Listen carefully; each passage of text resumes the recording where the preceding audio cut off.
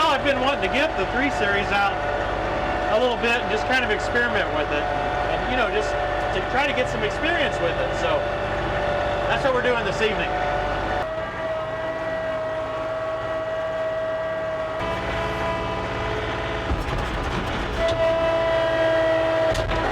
This is full speed, as fast as it'll go. Throttle's up and I'm in high range. So you're getting to see just how fast the tractor will travel. I shift back into low range to actually do the work here. Now what I'm finding is that I'm having trouble pushing into this mud to get a bucket full. And then when I do get pushed in there, I'm having trouble having either enough lift power or curl power to be able to pick it up. See, I'm trying to curl now, no curl. Trying to lift, no lift. So I have to back up a little bit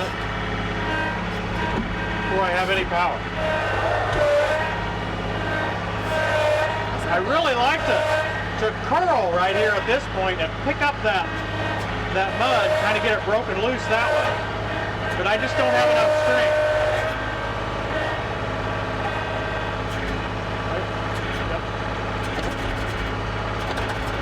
I was looking at the specs for this loader, the 300E, and comparing them to the 120R loader. Now, what I was comparing was 2 different specs. One they call the boom breakout force. And that means when the loader is setting on the ground, how much strength does it have to lift upward? And believe it or not, this 300E loader has less boom breakout force than the 120R loader for the little Johnny.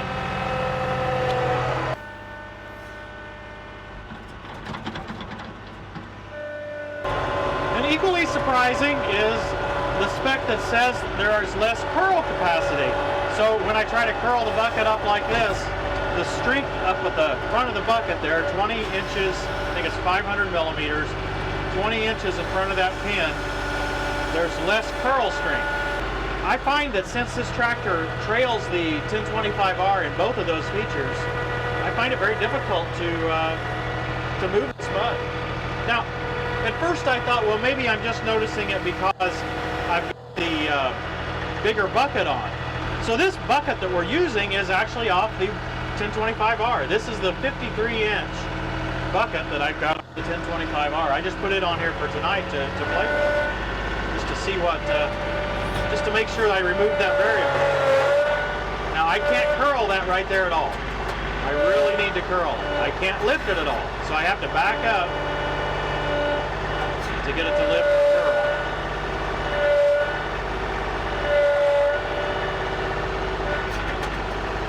You know, Christy, we probably should do a couple of tests. One thing we should do is to put this bucket back on the 1025R. Remember, the 1025R totally stuck. We showed you the pressure tests and everything on it the other day. We should try it out here and see if it does any better. And the other test we should do is the lift capacity test that we did with the 1025R in a video the other day. I think both of those might be helpful. Yeah, let's do it. I'll go dump this bucket and then we'll get started.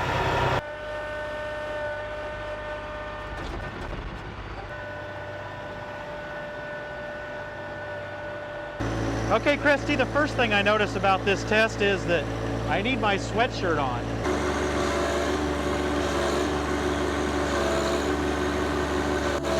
Okay, you can see I have to do the same thing with the 1 Series.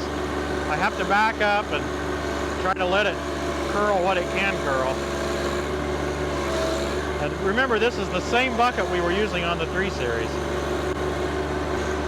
But I believe, you know, overall I was able to drive into the pile as hard with my tires, and I was able to pick up a bucket full as easier with this tractor because it's got a little bit more lift power, a little bit more curl power. That's a bigger bucket than I ever had with the 3E. I think this is a big surprise and to most people, but it's not a surprise if you look at the specifications. It says it black and white. We'll show you the numbers here. Now, one area that the 3E will definitely outclass the 1 Series is in lift capacity at max height. As you raise the bucket up, you lose a lot of lift capacity on the 1 Series. Right now, this is as high as I can lift this load of mud. I'm pretty sure with the 3E I could have lifted that all the way up, or at least up high enough that it was no problem. I can hardly dump this.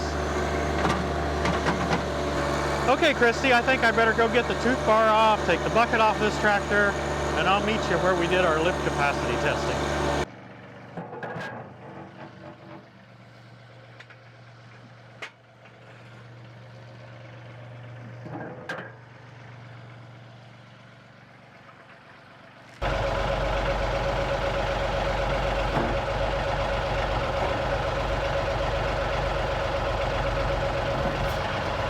We lifted that load no problem. That's 470s and 442s.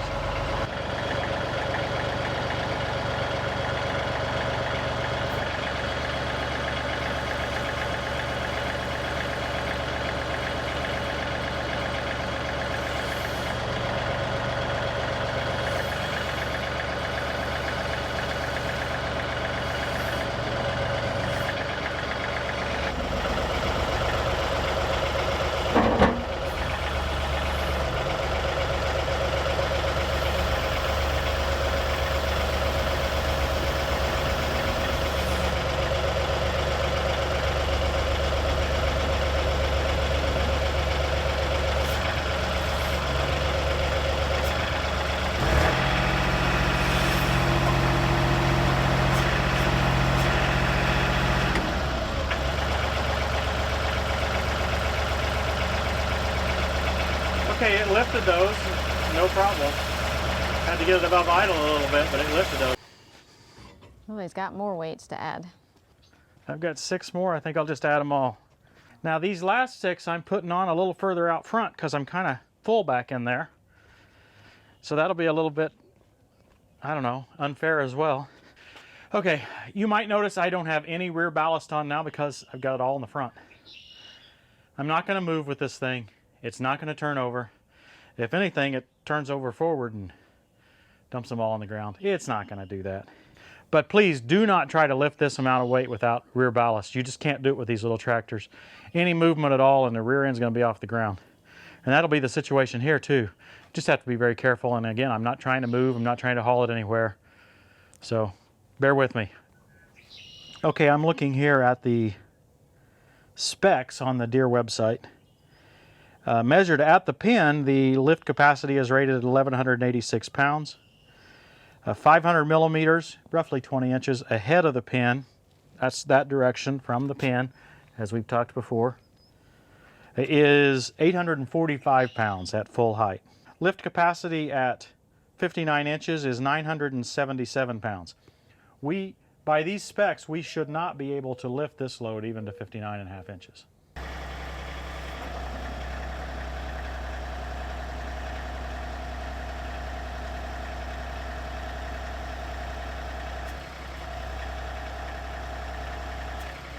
Okay, now I'm going to go wide open.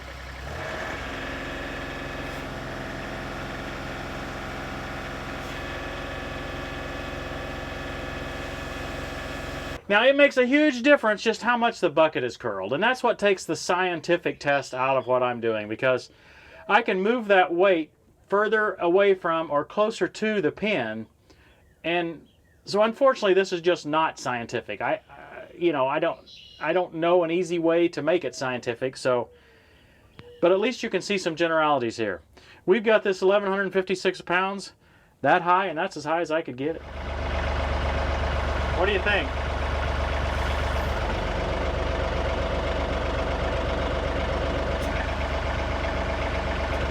That's it at an idle. I'm talking about my weight. I can't hear you.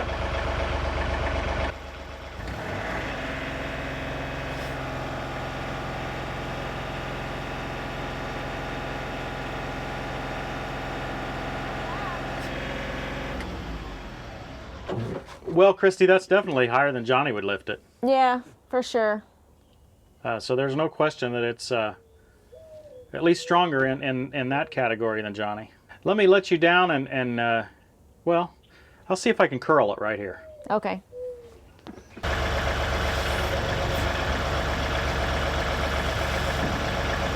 You're not very smooth.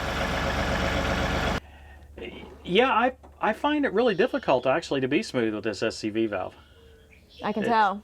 It's not something that I'm just bouncing you around just for the fun of it. I know you're not doing it for the fun of it, but I like Johnny better.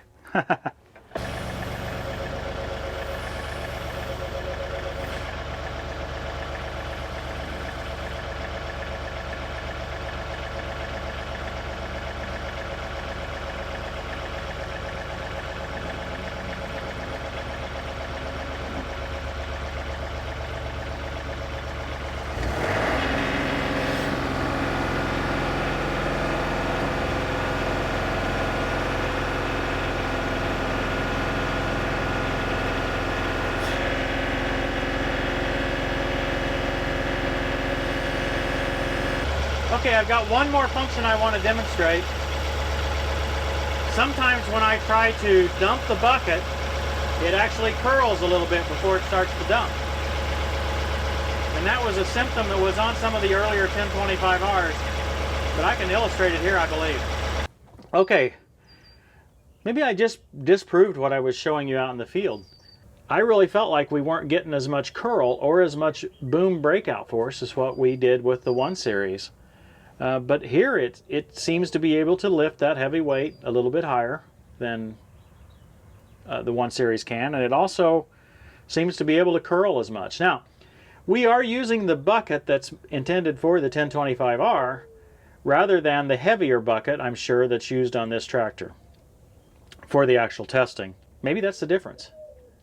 That would be more weight. Yeah, but there's got to be something else. I mean, it certainly feels like it doesn't have as much lift capacity. Maybe it's all in my head because we've just proved it'll lift more. That's all the way up.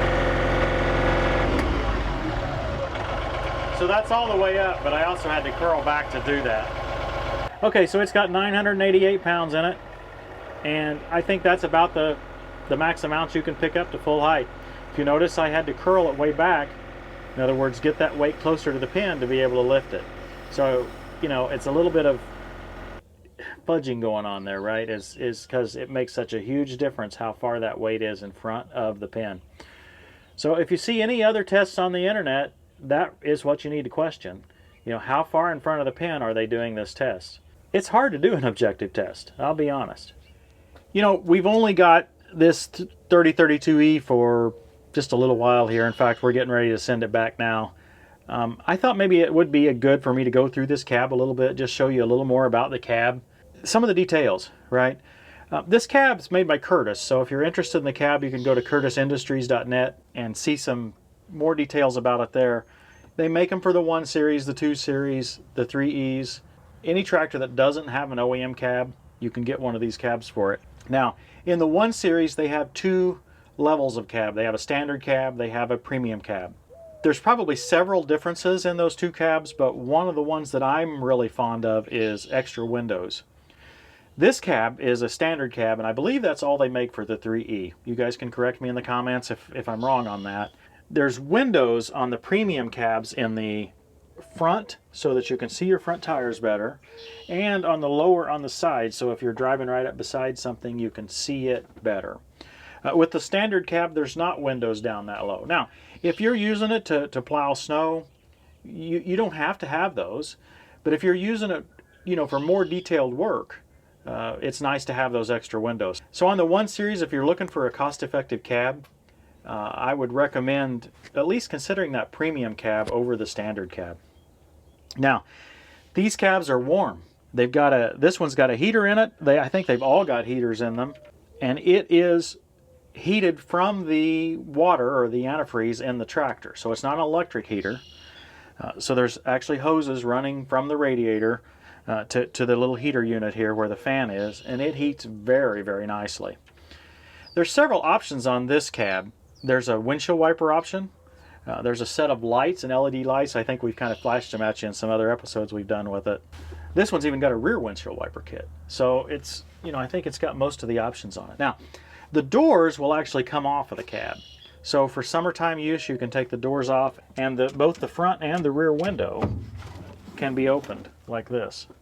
Okay, the rear can be opened as well. So you can get some fresh air in your cab. These cabs don't have air conditioning, of course. They're well suited for northern climates, not so well suited for the south. This cab is essentially a permanent cab. The framing of it you would want to leave on your tractor all the time. I think technically you could even take the windows off if you wanted to. It's just more work. So consider that if you're thinking about trying to use it in the summertime in a hotter climate. There's no issue with accessibility. I can reach all of the controls. I can reach the joystick up here. I can reach the four-wheel drive levers, any of the levers. Everything is exposed. There's no issue with that. You don't really feel any problem with accessing any of the features and functions of the tractor.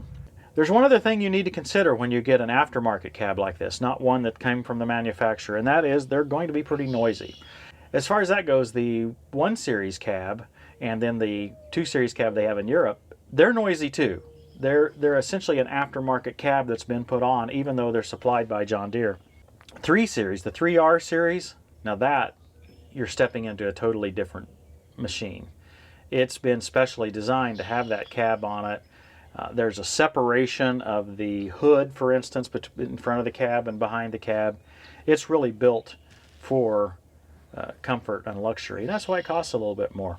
The advantage of this unit is that it's a lot less expensive. So this tractor here is on sale at goodworkstractors.com right now.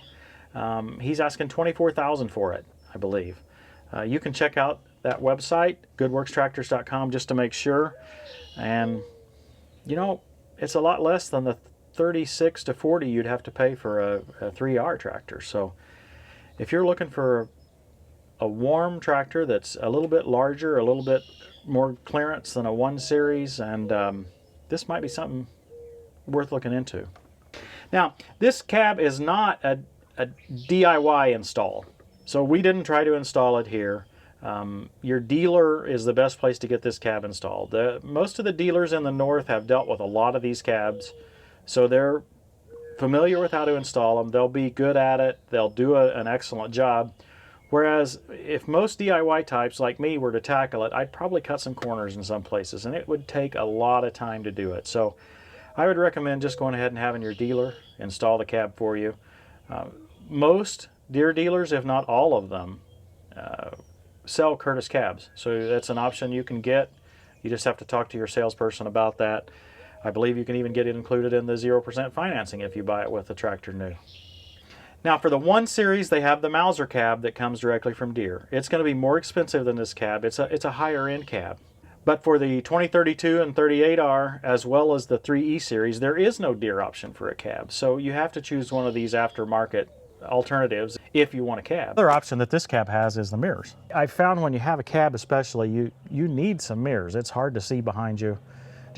You just feel a little bit more confined anytime you're in a cab like that. The posts and all become a little bit of a detriment. So any assistance you can get, like a mirror, very helpful. We'll provide just a little bit of an overview of the 3032E. Most of this applies to the 3038E as well as the 3025E. The 3E tractors all have a loader that's essentially permanently attached, okay? They do not allow a mid-mount mower, and I believe as of this year they've allowed a backhoe. So there is a backhoe option for this. In prior years you couldn't add a backhoe. But having said that, they're a lot less expensive than the 3Rs. So a lot of folks are finding these to be the exact compromise they need. They say, I don't want to take the loader off. For the work I do, it's fine to have the loader off. I can remove the bucket anytime I want, so the only thing that I'm really stuck with is the frame on here, and that increases my maneuverability a lot. They're all four-wheel drive, just like the others. Most folks with this size tractor are not interested in a mid-mount mower anyway, so maybe that's not an issue. One other limitation is you wouldn't be able to put a snowblower on, or a front broom with the PTO option. It's not going to be on there. I don't think there's quite enough hydraulics here to run a front broom that's loader mounted hydraulic broom, or a hydraulic snowblower. But with those limitations aside, this is a cost-effective unit. One of the things I like about the compact tractor market, not just Deere, is there's so many sizes and shapes of these little tractors. For instance, in the 25 horsepower range now, Deere has 3 of them. the 1025R, the 2025R, and the 3025E. I mean, you've got a lot of choice in that horsepower range. Kubota's the same way. They've got the BX model, and then they've got the B series, which is nearly the same horsepower. And they actually have another one, the B2601. I believe they've introduced a 2201 this year. So they've got essentially 3 in that horsepower class as well. You've got a lot of choices, a lot of decisions to make. I hope some of this has helped you a little bit with that decision process, and we really appreciate you watching. Remember, this tractor's on loan from goodworkstractors.com. Cab was provided by Curtis Industries. Okay, I think we'll let this tractor go back now. Bye-bye, Johnny 3. Thanks for watching, everybody. We'll see you next time on Tractor Time with Tim.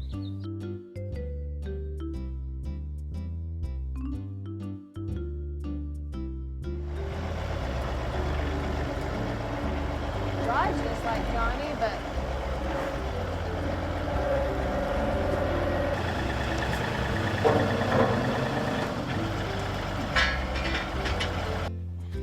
I'll take Johnny. He's more my size. It's what? He's more my size. Yeah.